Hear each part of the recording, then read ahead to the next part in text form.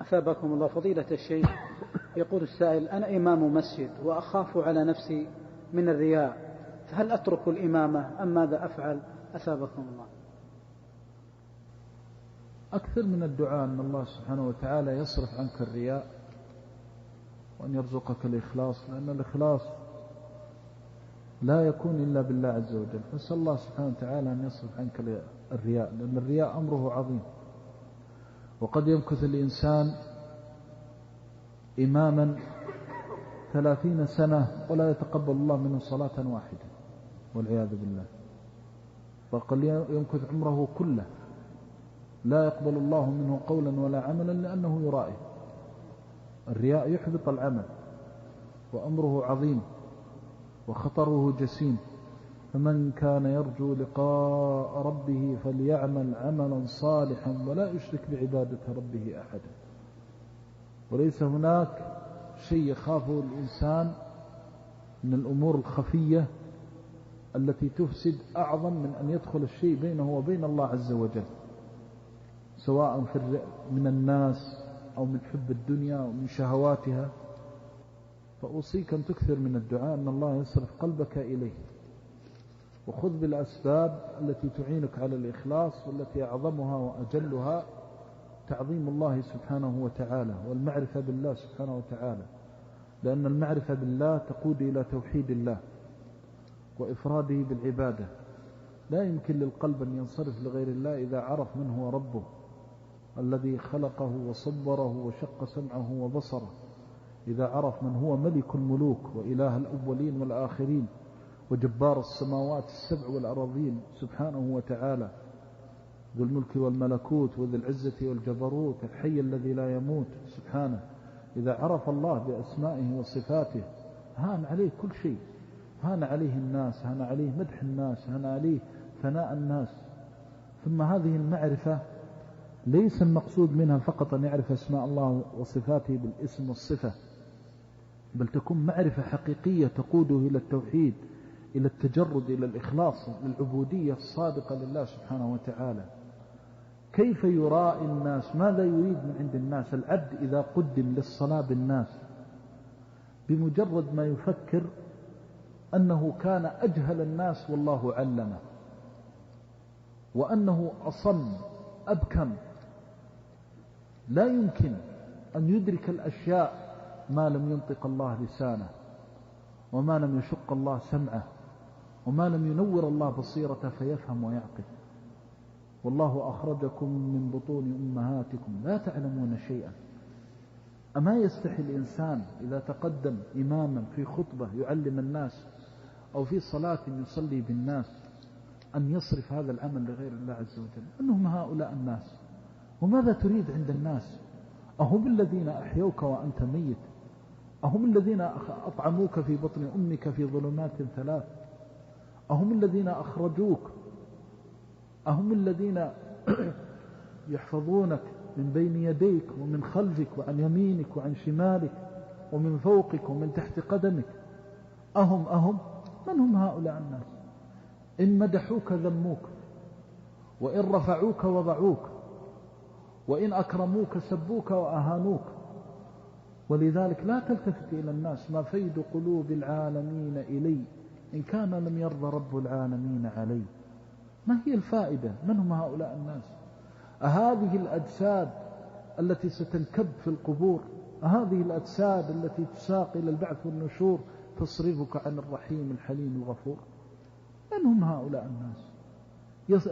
قد يخرج الإنسان من بيته فتأتيه سكتة قلبية لا يستطيع أن يمضي.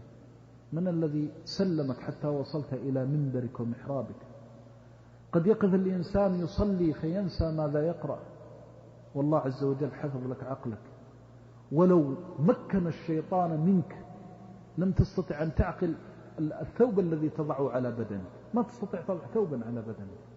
الإنسان إذا ذهل ربما خرج بدون ثوب، إذا طاش عقله وعزب عنه رشده وأصبح ولهانا، والله على كل شيء قدير. يتفكر الإنسان قبل أن يقف، قبل أن يدخل المسجد، قبل أن يدخل محرابه، في نعم الله، في منن الله. طوبى لمن دخل المسجد ولسان حاله يقول اللهم كنت ميتا فأحييتني، وكنت ضالا فهديتني، وكنت تائها حائرا فأرشدتني. إلهي أي نعمة تفضلت بها علي، وضيعا رفعتني، مهانا أكرمتني، ذليلا أعززتني، وأدخلتني إلى هذا المسجد والناس تنتظر أن أكبر بهم، وأن أقرأ لهم، وأن أركع بهم، وأن أسجد لهم. إلهي أي فضل أعطيتني، وأي شرف أوليتني. قدمك الله لأعز الأشياء بعد توحيده وهي الصلاة، قدمك على هؤلاء الناس. ولذلك ما الذي ينقصك حتى تلتفت إلى الخلق؟ ما الذي ينقصك بعد تشريف الله وتكريمه وتفضيله وإحسانه ونعمته؟ ماذا تريد عند الناس؟ قدمك الله عليهم فلا يكبرون حتى تكبر، وإذا قرأت أنصتوا، وإذا ركعت ركعوا، وإذا رفعت رفعوا، وإذا قلت سمع الله لمن حمد قالوا ربنا ولك الحمد، متابعة لك. أنت تدعوهم إلى حمد الله فيستجيبوا ويقولون وراءك. أي مقام مثل هذا المقام؟ ثم لم تلبث أن ترقى المنبر فترقى على أكتاف الناس وعلى رقابهم، لكن بالله، وليس بحسبك ولا نسبك ولا ذكائك ولا حولك ولا قوتك، ولكن الفضل والمنة كلها لله وحده. هل تفكر الإنسان في هذه الأمور؟ بل حتى لو جاء يحمل كتابه إلى حلقة العلم يتفكر كيف الله رزقه الفراغ وأشغل غيره، كيف أن الله رزقه الغنى وأفقر غيره، كيف أن الله سبحانه وتعالى قادر على أن يبتليه بفتنة لا يجد معها دقيقة، فضلا عن ثانية، فضلا عن ساعة، فضلا عن يوم يشغله بذكره وشكره. طوبى لمن عرف نعم الله وعرف الله بأسمائه وصفاته. ماذا تريد عند الناس؟ هب أن الناس قالوا إنك أفضل إمام وأحسن قارئ، وأنك من الخطيب المفوه، وأنك ماذا بعد؟ ماذا بعد؟ هل هذا يرفعك عند الله؟ هل هذا يعظم الأجر لك عند الله؟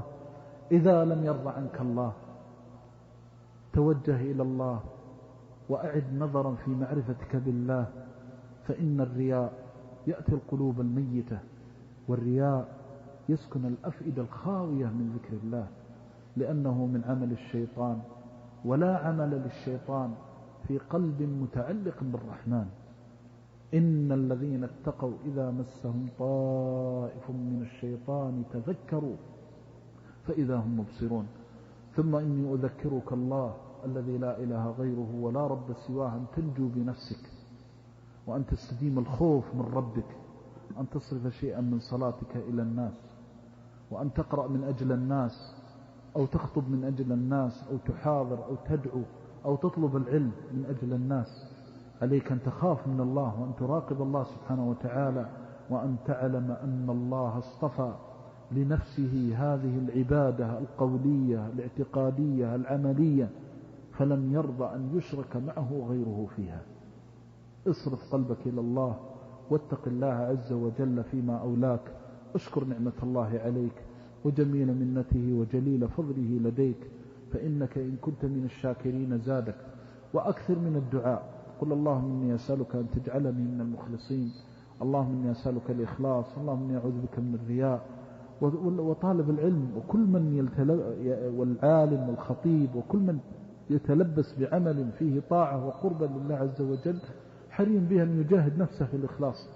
كان سفيان الثوري يقول: ما رأيت أشد علي من نيتي إنها تتقلب علي. وهو في زمان قليل الفتن بالنسبة لزماننا، قليل الفتن بالنسبة للمحن لزماننا، ومع هذا يشكو من تقلب قلبه ونيته، فما بالك في هذا الزمان؟ فنسأل الله مقلب القلوب والأبصار أن يقلب قلوبنا في طاعته ومحبته ومرضاته، وأن يسوقنا إلى جنته. اللهم إنا نسألك الإخلاص ونعوذ بك من الرياء، نعوذ بوجهك العظيم أن نشرك بك ما ليس لنا به علم، ونعوذ بك أن نشرك بك ونحن نعلم، ونستغفرك لما لا نعلم، إنك الأعز الأكرم، والله تعالى أعلم.